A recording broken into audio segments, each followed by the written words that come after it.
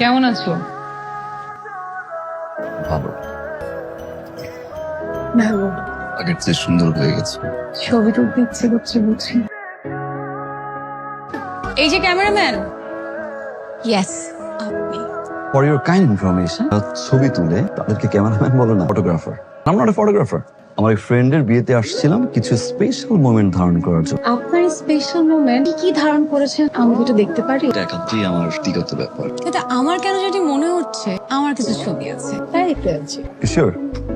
একটু দেখি, সমস্যা কি? আপনার স্পেশাল মোমেন্ট। কারো পারমিশন ছাড়া ছবি তোলা প্রাইভেসি ভায়োলেট। ডিলিট করে দেন।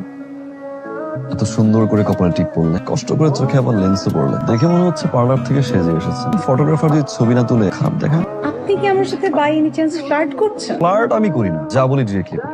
তাই আপনি ডিলিট করতে পারেন, okay, no problem, it's your call. Delete আপনি করবেন, অবশ্যই করবেন, কিন্তু তার আগে আমাকে ছবিগুলো পাঠিয়ে দিবেন। ওকে, হোয়াটসঅ্যাপ পাঠিয়ে দিন। হোয়াটসঅ্যাপে দিতে হবে কেন? আমি আপনাকে ইমেল আইডি দিয়ে দিচ্ছি, ইমেল আইডিতে পাঠিয়ে দিবেন। ইমেল আইডিটা বলুন। দিচ্ছি, পরে দিচ্ছি, এখন দিতে হবে কেন? সৌরভ।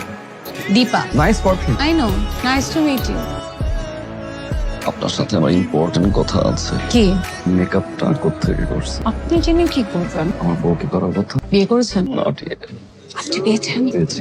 তাহলে পাত্রীকে আমার সামনে নিয়ে আসেন, তারপরে সব টিপস দিয়ে দিব।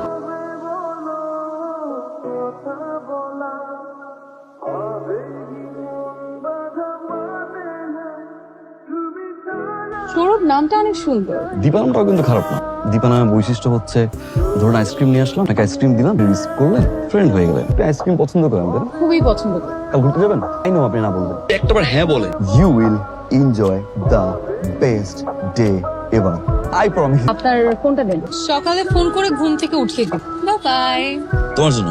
কি ফুল এটা? এটা কৃষ্ণচূড়া। কৃষ্ণচূড়া ফুল দিয়ে আমি কি করব? দেখাচ্ছি আমি। Wow, beautiful. সবাই বলে ফুল নাকি গাছেই সুন্দর। আমার কি মনে হয় জানো, ফুল সুন্দর তোমার চুলে।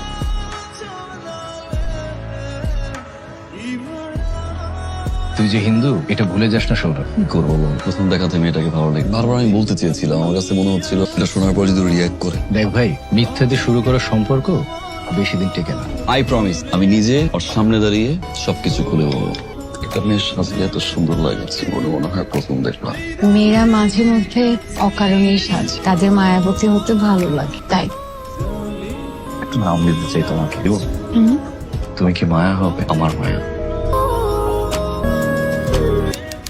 আরে বাহ, আজ আপনি আমার আগে। কোনো ছেলে যখন কোনো মেয়ের জন্য অনেকক্ষণ ধরে অপেক্ষা করে, তার মানে ছেলেটা মেয়েটাকে ভালোবাসে। আর যখন কোনো মেয়ে কোনো ছেলের জন্য অপেক্ষা করে, তার মানে তো মেয়েটা ঠিকই ভালোবাসে। তবে ছেলেটা সেদিন আমি লাভ উইথ ইউ। সৌরভ, আমার কিছু কথা আছে। আমি তোমাকে বলেছিলাম না যে বাবার বিজনেসে অনেক লস হয়, অনেক ঋণ জমা হয়েছে। কথাগুলো জানি তো। আরো কিছু কথা আছে, সবকিছু দেখাশোনা করে বাবার বন্ধু আনিস এটাও আঙ্কেল। আমি জানি তো। আরো কিছু কথা আছে, তোমার শুনতে হবে সৌরভ। ওকে।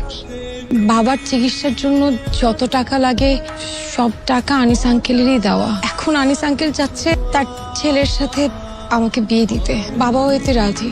সৌরভ, এমন না যে আমার অমতে রাজি হয়েছে। সবকিছু চিন্তা করে বাবার কন্ডিশন দেখে আমি বাবাকে না করতে পারিনি। সৌরভ, আমি তোমাকে পছন্দ করি, কিন্তু আমার বিয়েটা করতে হবে। সরি সৌরভ, পারলে আমাকে মাফ করে দিও। ভালো থেকো।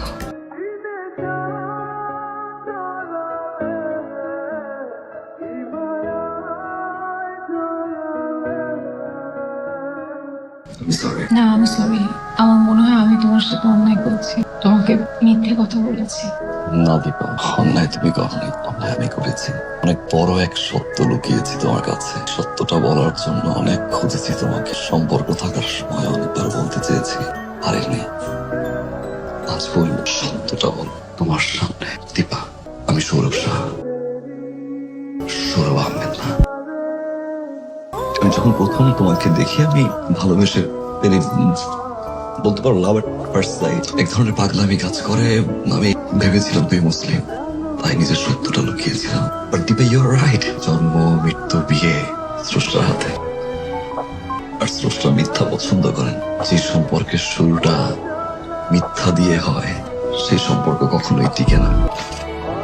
আজ আমার সবকিছু আছে আমার, কিন্তু একটা জিনিস নেই, শুধু সেই তুমি নেই, একটা মিথ্যের জন্য ভালোবাসার মানুষটাকে সারা জীবনের জন্য হারানোর কষ্ট হয়তো আমার চেয়ে বেশি কেউ জানে না। দিবা, তোমাকে হারিয়েছি।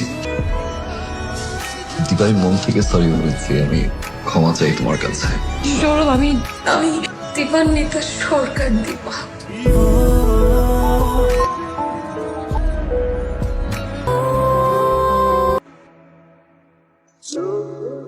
সৌরভ বাবার কোনো বন্ধুই ছিল না। আমি তোমাকে মিথ্যে কথা বলেছিলাম যাতে আমি তোমার কাছ থেকে দূরে সরে আসতে পারি, কারণ আমি জানতাম দুই ধর্মের মানুষ কখনো এক হওয়া সম্ভব না, কখনো না।